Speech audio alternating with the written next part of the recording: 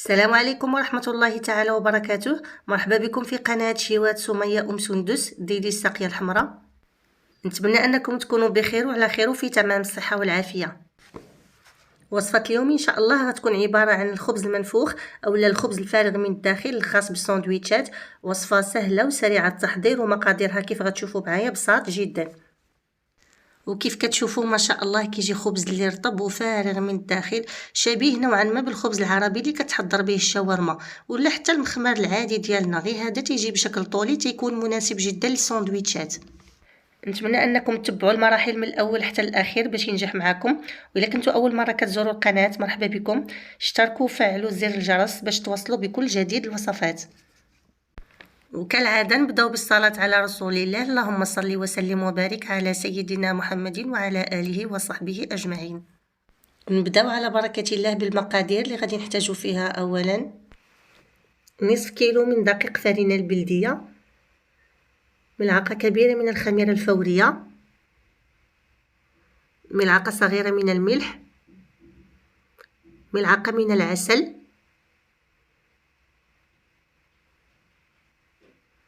ملعقتين من زيت الزيتون. صافي، هادو هما المكونات اللي غنحتاجو. انا غنستعمل العجانه، وبالنسبه للاخوات اللي ما عندهمش فماشي مشكل، يكفي انكم تدلكوا العجينه مزيان وغتحصلوا على نفس النتيجه ان شاء الله.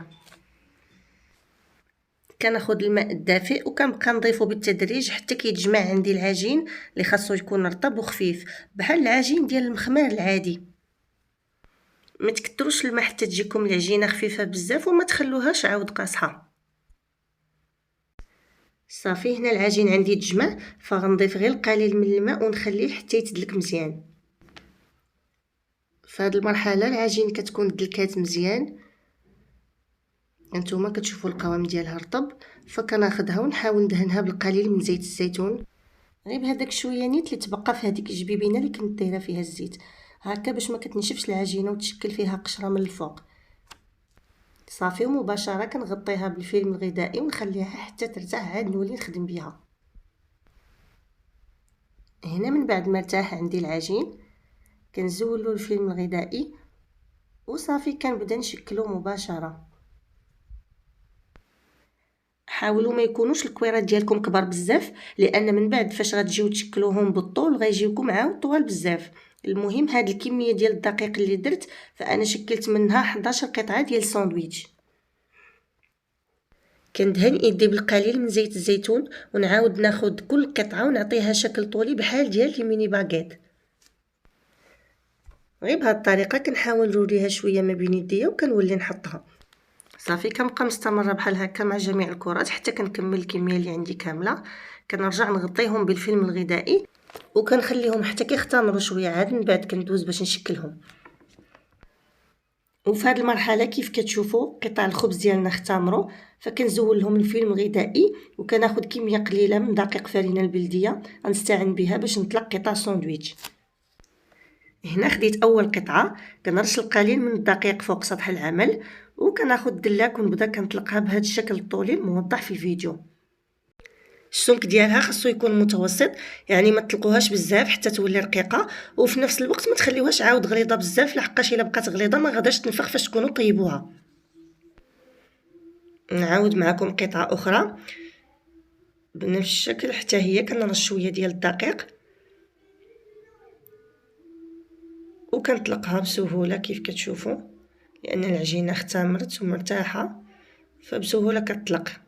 صافي، انا غنبقى مستمره بنفس الطريقه حتى نكمل باقي الوحدات اللي عندي كاملين وندوزو مباشره باش نشوفوا طريقه الطهي اللي حتى هي اكيد مهمه. صافي، هنا من بعد ما طلقت جميع القطع كنبدا نطيب مباشره، يعني ما كنخليهاش تعاود تخمر مره اخرى.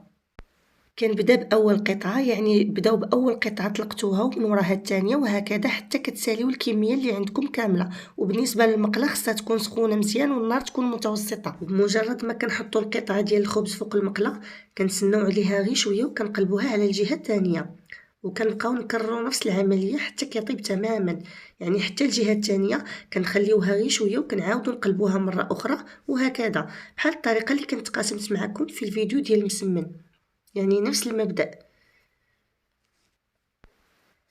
هانتوما في هذه المرحله كيف كتشوفوا الخبز بدا كينتفخ وكيتفرقوا الطبقتين ديالو على بعضهم، وهذا الشيء اللي كيخليه يجي خاوي من الداخل ومهوي. كنحاول نقلبو باش يتحمر حتى من الجوانب. كيف كتشوفوا مفشفش ومهوي من الداخل، يعني وصفه اللي ناجحه ان شاء الله. غير تبعوا نفس المراحل باش ينجح معكم من اول تجربه. وفاش تكونوا كتقلبوه هكا الا بان لكم شي ثقب كتسدوه بالسباتول ولا ملعقه خشبيه باش يتنفخ معكم مزيان.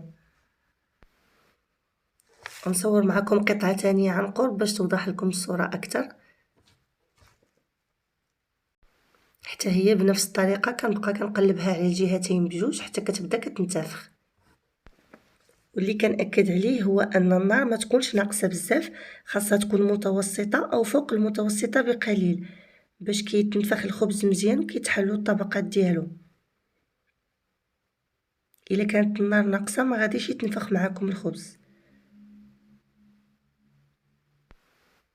صافي فاش تبان لكم القطعه ديال الخبز بدات كتنتفخ ما تقلبوهاش ديك الساعه، خليوها حتى تنتفخ بالكامل، عاد قلبوها على الجهه الاخرى باش تحمر مزيان. وما نساوش كذلك حتى الجوانب. صافي غنكمل بنفس الطريقه مع باقي القطع ونتلاقاو باش نشوفوا الشكل النهائي ديال الخبز ديالنا. وكيكونوا هادو هما القطع ديال الخبز ساندويتش اللي حضرت معكم اليوم، نتمنى انهم ينالوا اعجابكم. غادي نحل معكم وحيده باش تشوفوا كيفاش كيجي من الداخل. انتوما ما شاء الله رطب ومن الداخل كيكون مهوي وخاوي والطبقتين ديالو مفروزين ومفروقين على بعضهم، يعني وصفه اللي فعلا تستحق انكم تجربوها. ينفع حتى كاقتراح اللانش بوكس بالنسبه للامهات اللي الوليدات ديالهم كيتغداو في المدرسه، يعني تعمروه باش ما بغيتو شويه خس طماطم مع الكفته ولا الدجاج ولا طون على حساب وليداتكم وشنو كيبغيو.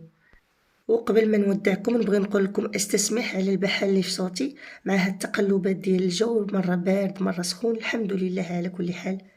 الله يشافيني ويشافي جميع مرضى المسلمين يا رب. وبهكا كنقول لكم بان الفيديو ديال اليوم وصل للنهايه ديالو. في انتظار اقتراحاتكم وارائكم. استودعكم الله الذي لا تضيع ودائعه، والسلام عليكم ورحمه الله تعالى وبركاته.